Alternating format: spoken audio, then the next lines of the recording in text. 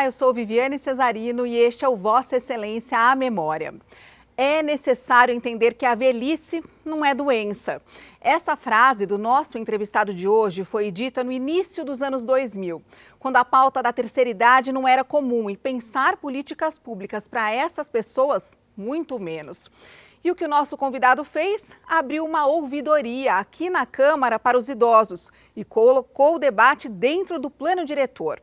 Ele fez uma lei para diminuir a altura do degrau dos ônibus e, com muita capacidade técnica, trabalhou também pela melhoria das calçadas, a segurança das edificações e a diminuição dos gastos dos vereadores aqui dentro. E em plena crise da máfia dos fiscais, era o secretário das administrações regionais de Celso Pitta, o responsável por moralizar toda esta questão envolvendo as indicações políticas. Por tudo isso, Domingos de Sei, depois de 4 mandatos, de 1997 a 2012, foi indicado conselheiro do Tribunal de Contas do município. Hoje, ele é o presidente deste órgão tão importante e nos honra muito com sua presença. Muito obrigada pela participação do senhor, é uma grande honra para a gente receber o senhor aqui, presidente tão ocupado do TCM, né? A satisfação e a alegria é minha de retornar a essa casa aqui, que eu permaneci por quase 12 anos. Então, primeira recepção, todos de forma calorosa. Então, eu agradeço a todos, ao presidente Ricardo Teixeira, a todos os vereadores aqui desta casa. Eu tive a oportunidade de ficar aqui, repito, por 12 anos, quase 12 anos, e muito aprendi, que foi a minha escola política, né? E entrei com alegria e saí com alegria. Como é que é voltar? Então, voltar também com alegria. Boa.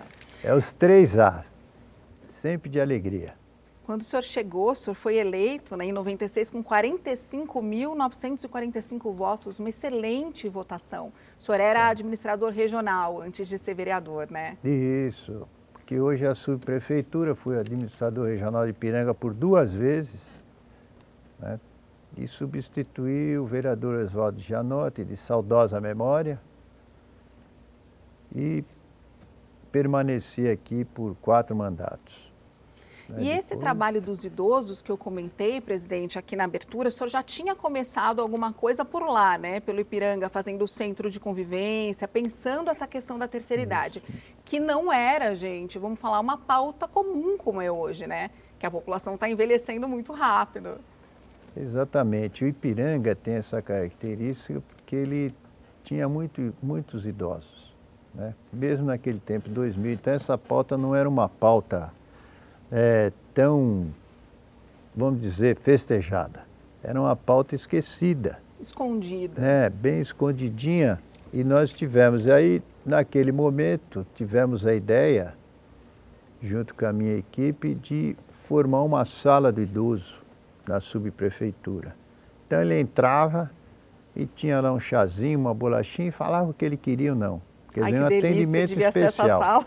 E disso depois foi feito o primeiro centro de convivência da terceira idade.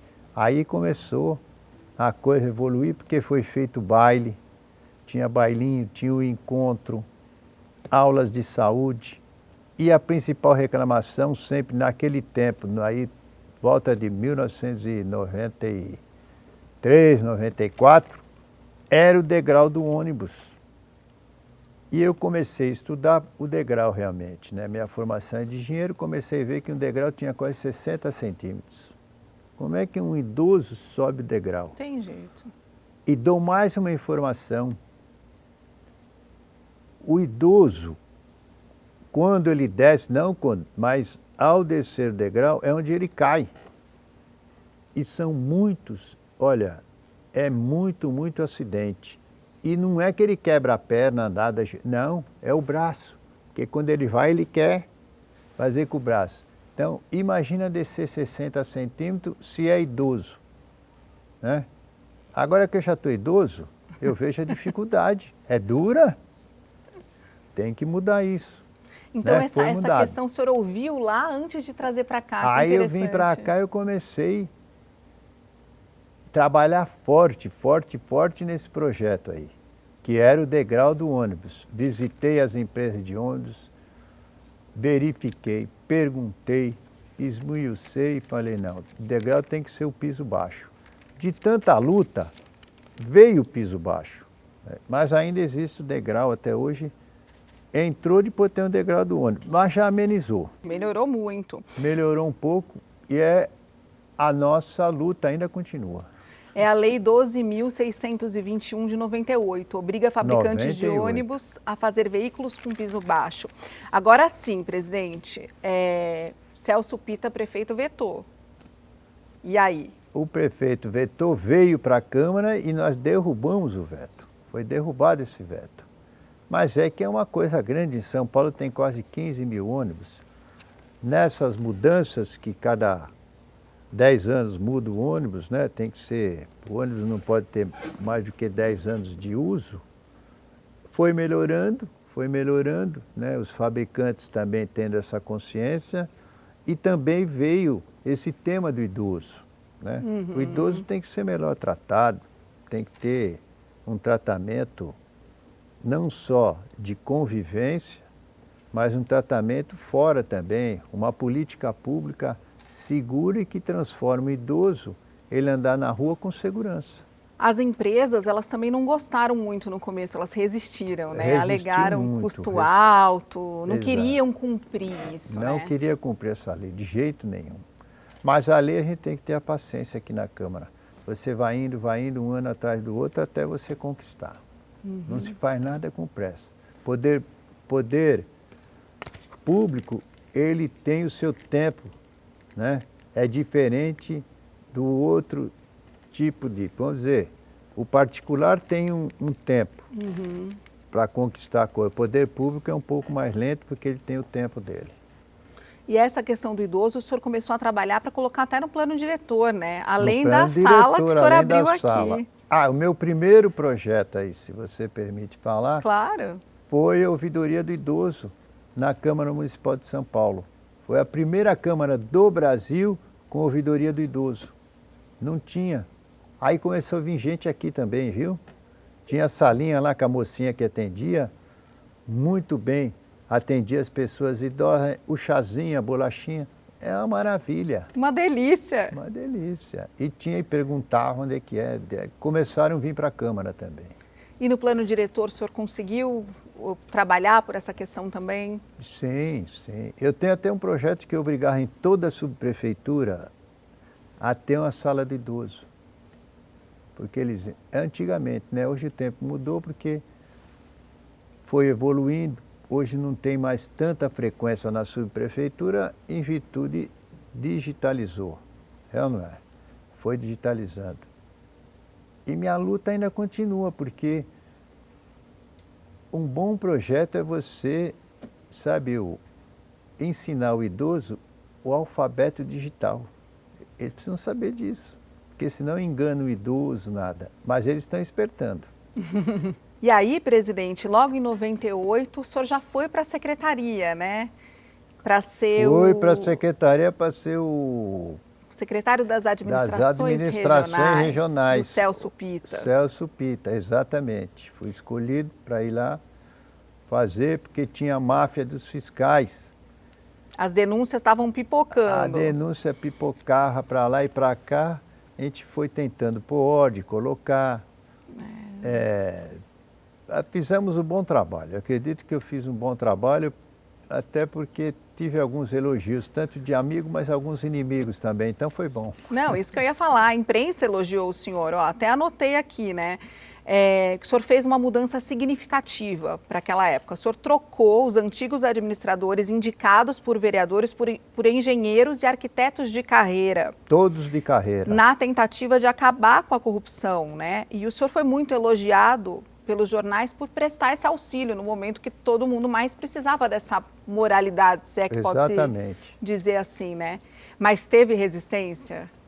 Olha, a resistência, o político ele tem que criar, ele é uma ponte do diálogo, né? Então eu era uma ponte do diálogo, resistia Mas ele falava, vamos atravessar a ponte junto comigo, dava a mão, vamos indo, olha aqui, vai melhorando, melhorando. É melhor para você, eu explicava. Me ajuda que eu te ajudo. E eles foram aceitando. Em 60 dias, naquele tempo, eu consegui trocar todos os administradores por engenheiros de carreira, né? Os engenheiros ficaram satisfeitos, começaram a fazer um bom trabalho e o reconhecimento, porque nós temos muitos bons técnicos, ainda hoje são bons técnicos. A carreira do engenheiro, do arquiteto dentro da prefeitura são de bons profissionais, excelentes técnicos. Aí em 99, quando o senhor voltou para cá, eu achei muito curioso que o Diário Popular colocou, né? Que o senhor veio, o senhor falou assim, né, para eles. Solicitei minha saída por questões éticas, para ficar no mesmo patamar dos vereadores durante as próximas eleições que iam acontecer. Quer dizer, o senhor saiu da secretaria e voltou para cá um pouquinho antes da eleição, mas os jornais se questionaram, né? Porque o senhor tinha feito esse excelente trabalho, né? Então o Jornal da Tarde colocou assim, ó, existe justiça em São Paulo? E questionava se o senhor estaria restringindo, né, o controle dos vereadores sobre as regionais. Quer dizer, os jornais estavam desconfiados dessa volta do senhor para cá. Não, quando você vem, eu ia disputar a eleição. Eu decidi novamente disputar a eleição para vereador. Quando aconteceu isso, que ocorre? Se eu permaneço lá, eu podia até me locupletar do cargo, né? Porque você tinha toda a estrutura da prefeitura na mão como secretário. Eu digo na mão no sentido de mando, né? E lá quando você entra num cargo de secretaria, você tem que exercer o teu mando, tá certo? Por quê? Olha, nós vamos trabalhar desta forma aqui. Então, evidentemente, com um programa que contemple o prefeito também, porque o prefeito se elegeu de uma forma e ele tem o seu plano e também mostrou por que ele se elegeu, o que ele ia fazer ou não, né? Então, eu achei mais ético eu voltar e disputar a eleição, mas em condições de igualdade. E deixar o pessoal falar, porque daí estava a imprensa falando uma coisa, o vereador falando outra, o senhor pleno aqui, voltei. Não, voltei. Aí um pouquinho mais para frente, teve uma votação que o senhor teve que enfrentar aqui, que foi a do impeachment do Pita, né? E o senhor votou a favor. Eu votei naquele momento a favor para ele ter a oportunidade de ele ter a explicação, olha, estão errado ou não. Ele ficou magoado, não entendeu muito, mas eu fiz o que minha consciência permitiu e que eu tinha em mente mesmo, tá certo? Muitas acusações para você, com muitas acusações, você tem que ter o direito de defesa e bastante explicação. Tá certo, presidente. Vou chamar então um rápido intervalo, daqui a pouco a gente conta mais sobre os mandatos do senhor aqui. Vamos lá. É isso, Vossa Excelência Memória volta já já, não sai daí, até mais.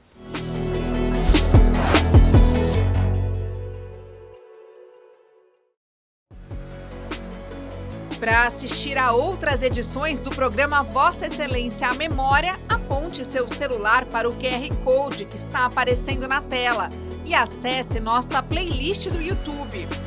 Rede Câmara São Paulo, sua conexão com a política da cidade.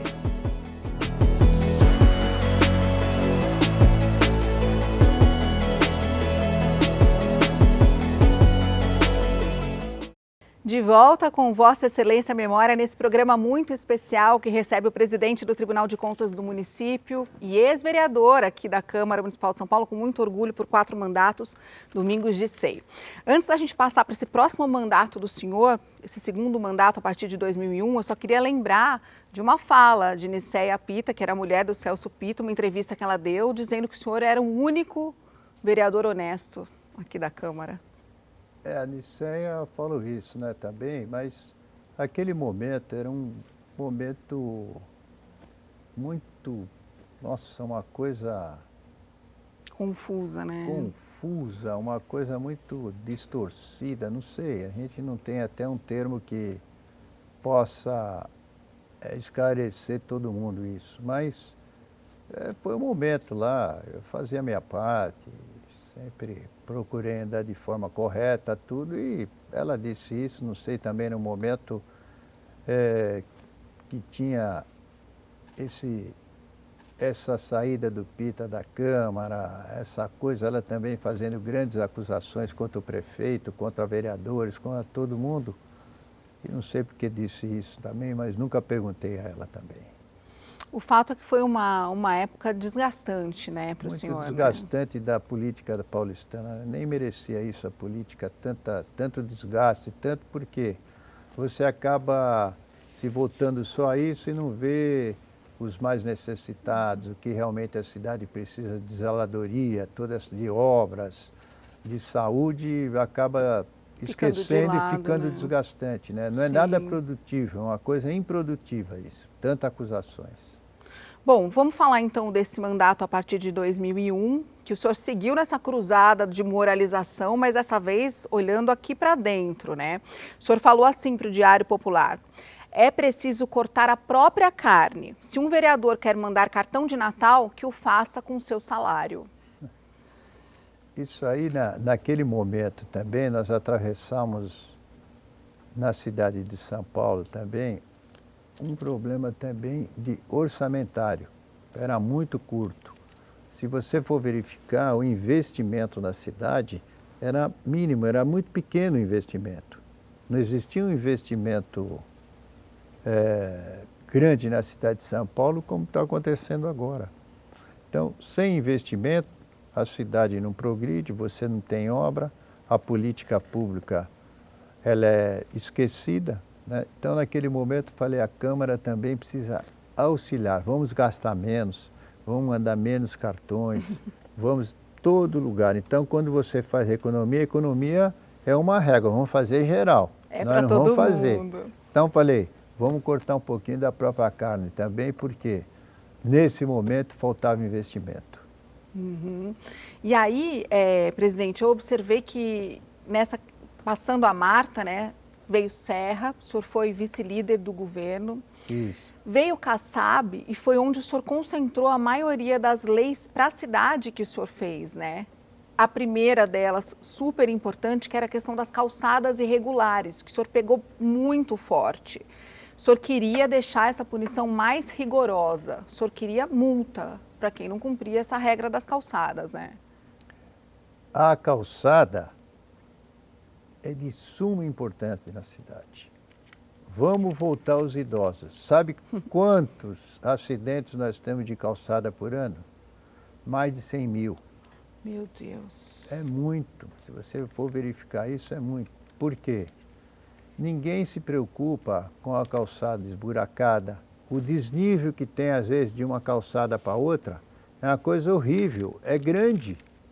Como é que um idoso vai andar tranquilamente na calçada? Não adianta, né?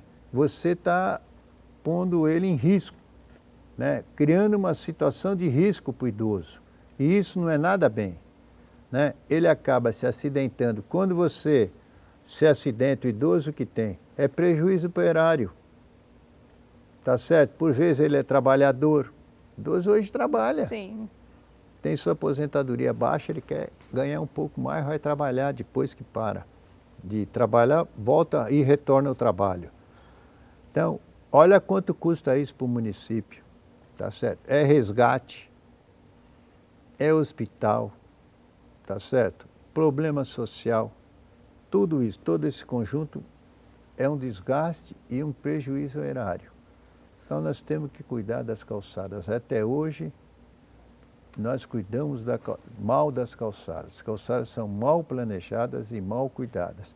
E a calçada, naquele momento, ou ainda permanece isso, porque hoje existe também o poder público, a lei mudou, que nesses grandes corredores, até no plano diretor, o poder público pode fazer a calçada.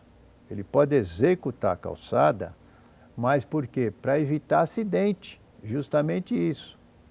Esse caro que parece a execução da calçada, ela não vai ser cara, ela vai ser barata depois, porque evita uma série de problemas sociais para o município, né?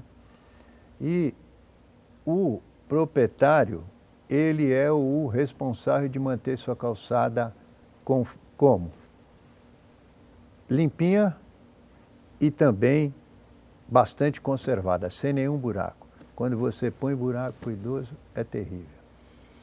E a questão, vamos falar da questão dos edifícios, né? Uma questão que o senhor também olhou ali de lupa, que o senhor queria obrigar os prédios da capital a passar por um check-up a cada 5 anos. Só contextualizando para quem está assistindo, a gente tinha acontecido uma tragédia enorme no Rio e tinha matado muitas pessoas em 2012. E aí o senhor se preocupou com essa questão aqui também, né?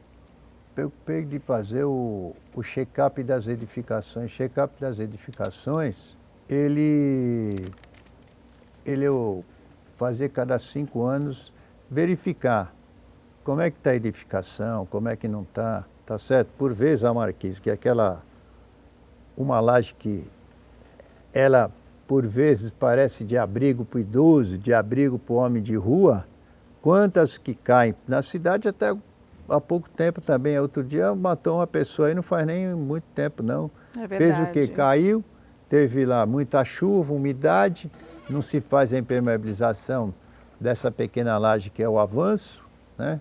E tem na cidade, porque a nossa cidade é uma cidade que já está de cabelos brancos também, então tem que ser cuidada, né? Aí nesse momento foi isso, cada 5 anos verificar para não pôr em risco as pessoas, mesmo num edifício, num prédio, não é?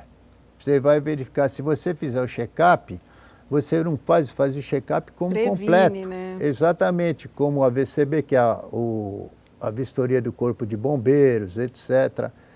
Quanto pega fogo, por quê? Esse incêndio que existe aí nessas lojas, isso não foi feito nenhum check-up lá, se tinha ou não. E isso aí, o proprietário ele ia falar para a eu fiz o check-up, está aqui, tem engenheiro responsável, está tudo certinho. Por quê? Você não pode fiscalizar milhões e milhões aí, quantas IPTUs nós temos na cidade de São Paulo, mais de 4 milhões, quem que vai ter esse poder de fiscalização? Mas foi difícil de passar aqui, essa lei? A lei foi difícil, lá, mas depois conseguimos a aprovação, mas depois ela foi vetada. E esse veto permanece aí. Foi veto do Kassab? Foi veto do Kassab.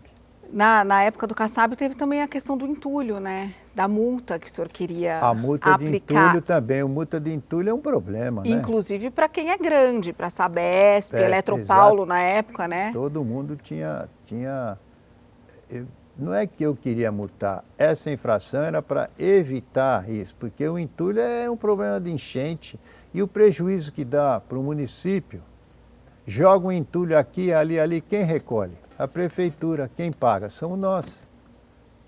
Aí é o que eu volto de novo, você gasta esse dinheiro desnecessário, né, uma irresponsabilidade muito grande e não tem investimento. A questão falando do lixo, né, só para a gente ir encerrando, presidente, a questão dos catadores, dos recicláveis, essa é uma questão que sensibiliza o senhor, né? Até hoje, pelo jeito. Até hoje, eu tinha um projeto. Meu projeto era Eu adorei esse projeto, gente. Era um carrinho, eu chamo de carrinho, porque eles têm aquele carrinho que, por vezes, o esforço dele físico é muito grande. Nossa. A roda grande, roda pequena, um carrinho pesado, um monte de peso. Então, naquele momento, eu queria um carrinho ergométrico para eles, com material que seja bastante eficiente, que tivesse também uma durabilidade bastante grande e o lugar para o cachorrinho. Porque ele sempre, todo puxador, todo homem de rua que tem esse carrinho, ele tem o cachorro. Um ou mais, né, cachorro? Então a gente ia deixar, fazendo isso, ia tirar o sofrimento deles. Agora, eles ajudam na reciclagem. Por quê? Eles escolhem papéis, eles escolhem esses metais que são inservíveis, pedaço de metal, pedaço de cano e leva para quem vai reciclar lá. Não é?